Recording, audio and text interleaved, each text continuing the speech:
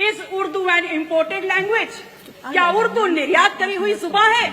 और या फिर क्या ऐसा है कि जब मुगल घोड़े से भारत में आए तो अपने पीछे उर्दू को बैठा करके लाए? आज दिल्ली से अमेरिका जाना सस्ता हो गया है। और ध्यान रखिएगा, मैं डंकी रूट की बात नहीं कर रही। आज दिल्ली से अमेरिका जाना सस्ता हो गया है, लेकिन दिल्ली से प्रयागराज जाने की कीमतें आसमान छू रही है। सरकार ने अपनी तरफ से व्यवस्था की गारंटी ली थी, तो आज सरकार को सामने आकर के इस बात को स्वीकारना होगा कि आप ठीक व्यवस्थाएं दे नहीं पाए। 22 जनवरी 2025 को जब संपूर्ण मंत्रिमंडल परिषद की वहां बैठक आपने आयोजन की थी, तो क्या आप मंत्रिमंडल के लोगों को ले जा करके वहां भजन कीर्तन करा रहे थे? वो भी तो एक राजनीतिक बैठक थी ना। और इसलिए प्राप्त हुआ, इस सोच के साथ प्राप्त हुआ कि देश विदेश प्रदेश के हर कोने से आने वाले श्रद्धालुओं के लिए हर प्रकार की सुविधा और व्यवस्थाएं मुहैया कराई जा सके। लेकिन कहना गलत नहीं होगा कि सरकार को चलाने वाले लोग और उनके चंद मुट्ठी भर अभिन्न मित्रों के लिए ये महाआयोजन आर्थिक वरदान साबित हुआ है। इस कदर साबित हुआ है कि जिसने जितना हो सका, जिस रास्ते से हो सका, उस महाआयोजन में आने वाले उस आम श्रद्धालु को हर प्रकार से लूटने का काम किया है। मान्यवर, आज दिल्ली से अमेरिका जाना सस्ता हो गया है। और ध्यान रखिएगा, मैं डंकी रूट की बात नहीं कर रही। आज दिल्ली से अमेरिका जाना सस्ता हो गया है, लेकिन दिल्ली से प्रयागराज जाने की कीमतें आसमान छू रही है। 3 लाख करोड़ का आपको राजस्व मिला, और उसके बाद भी आम आदमी सुविधाओं के लिए, व्यवस्थाओं के लिए हाँफता रगड़ता रोता नजर आ रहा है। मान्यवर, सामाजिक और धार्मिक आयोजन में सरकार ने अपनी तरफ से व्यवस्था की गारंटी ली थी, तो आज सरकार को सामने आकर के इस बात को स्वीकारना होगा कि आप ठीक व्यवस्थाएं दे नहीं पाए। उस महाकुंभ में आई हुई संख्या को अपनी उपलब्धि ना बताएं, क्योंकि उस महाकुंभ में आई हुई जो संख्या है वो भारतीय समाज के धार्मिक चेतना का परिणाम है, वो आपकी उपलब्धि नहीं है। उसका श्रेय लेना बंद करिए, बल्कि प्रमुखता से सामने आकर के जो खामियां हुई हैं, जो अव्यवस्था हुई है, उसको स्वीकारिए और सबक लीजिए कि आगे ऐसा दोहराया ना जाए।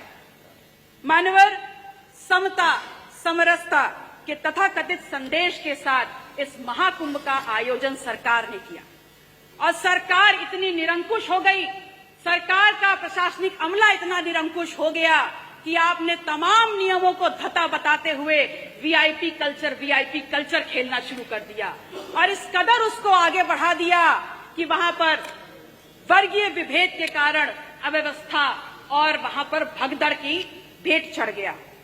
आम जन की आस्था, आम जन की भावनाएं के साथ जो खिलवाड़ हुआ है वो महज निंदनीय मात्र नहीं है, बल्कि एक पाप है। और वो पाप इस कदर है कि किसी भी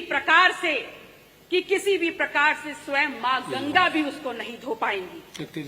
आप कह रहे हैं कि विपक्ष धार्मिक आयोजन महाकुंभ पर राजनीति करता है, तो एक छोटा सा सवाल आपसे पूछ रही हूं कि ये बताइए, 22 जनवरी 2025 को जब संपूर्ण मंत्रिमंडल परिषद की वहां बैठक आपने आयोजन की थी, तो क्या आप मंत्रिमंडल के लोगों को ले जा करके वहां भजन कीर्तन करा रहे थे? वो भी तो एक राजनीतिक बैठक थी ना। तो फिर राजनीति विपक्ष कैसे कर रहा है? असल में राजनीति कंप्लीट 100% शुद्ध राजनीति तो आप कर रहे हैं, और उसमें भी इस कदर राजनीति कि आपने वहां पर भी, उस पवित्र स्थल पर भी पिछड़ों को पीछे ही छोड़ दिया। आपका नारा है सबका साथ, सबका विश्वास, सबका विकास। तो अगर बात विकास की है, अगर बात विश्वास की है, तो फिर ये बताइए कहां है विकास, कहां है सबका साथ और कहां है विश्वास? सच्चाई ये है कि तथाकथित सरपट दौड़ती विकास की इस ट्रेन को पकड़ने के चक्कर में बहुत सा सामान प्लेटफॉर्म पर पीछे छूट गया। और जो छूट गया उसमें है इस प्रदेश की आधी आबादी की सुरक्षा। जो प्लेटफॉर्म पर छूट गया वो है नौजवानों की नौकरी का सपना, और जो पीछे छूट गया उसमें है शब्दों की मर्यादा और हमारा अदब। शायद इसीलिए उस दिन सदन में जब विपक्ष के द्वारा विधानसभा की कार्रवाई में उर्दू को सम्मिलित करने की बात की गई तो यहाँ पर अशोभनीय और असंसदीय भाषा का प्रयोग किया गया। तो एक सवाल सीधे सीधे माननीय अधिष्ठाता महोदय आपके मार्फत आपका संरक्षण लेते हुए मैं नेता सदन से पूछती हूँ, is Urdu an imported language? क्या उर्दू निर्यात करी हुई जुबान है?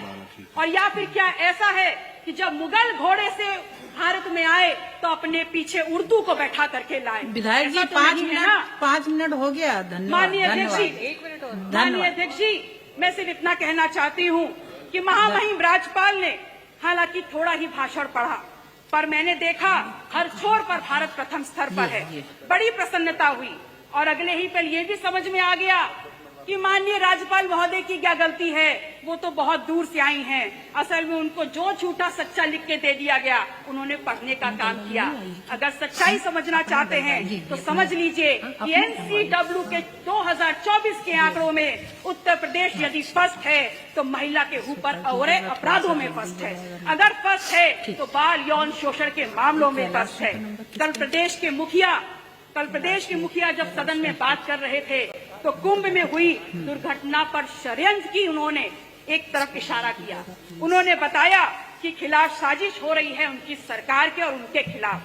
तो ये सवाल सिर्फ उनका नहीं है, पूरे विधायक जी धन्यवाद। मैम 30 सेकंड खत्म हो रहा है। लास्ट माथे पर कलंक लगा है। ये सिर्फ सरकार को बदनाम करने का शिकंजा नहीं है, अपितु ये समूचे उत्तर प्रदेश, पूरे सदन, चाहे पक्ष के लोग हो चाहे विपक्ष के लोग हो, ये पूरे उत्तर प्रदेश की गरिमा पर। हमसे जुड़े रहने के लिए हमारे YouTube चैनल को सब्सक्राइब करें और नई वीडियो की नोटिफिकेशन के लिए बेल आइकॉन को दबाएं। अगर आप ये वीडियो Facebook पर देख रहे हैं तो लाइक जरूर करें और ज्यादा से ज्यादा शेयर करें। धन्यवाद।